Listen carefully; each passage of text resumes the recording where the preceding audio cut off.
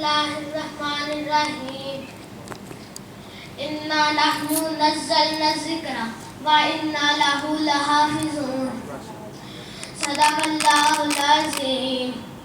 قرآن تیری رحمت کا دیوان نظر آیا, قرآن تیری رحمت کا دیوان نظر آیا, آقا تیری سیرت تیری صورت کا عنوان نظر آیا, آقا تیری سیرت تیری صورت کا عنوان نظر آیا.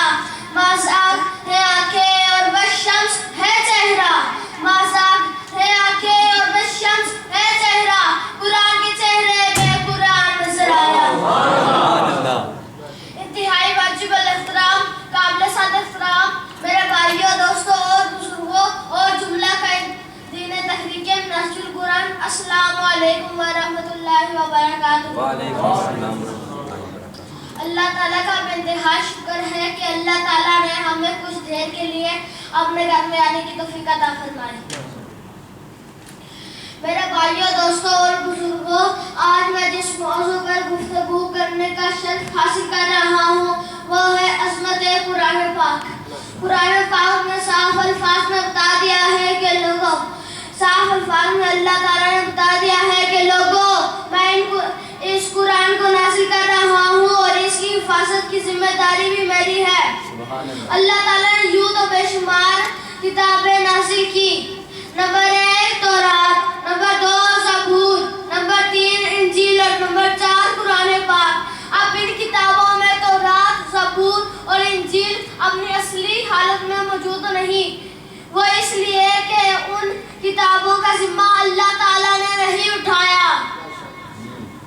یہ اعزاز صرف قرآن پاک کو حاصل ہے کہ آج 1400 سال گزر گئے, کوئی ایک زبر بدل سکی نہ بدلے گی, کوئی ایک نقطہ بدل سکا نہ بدلے گا, کوئی ایک مد بدل سکی نہ بدلے گی, کوئی ایک شد بدل سکی نہ بدلے گی, کوئی حتا کہ کوئی ایک لفظ بدل سکا نہ بدلے گا.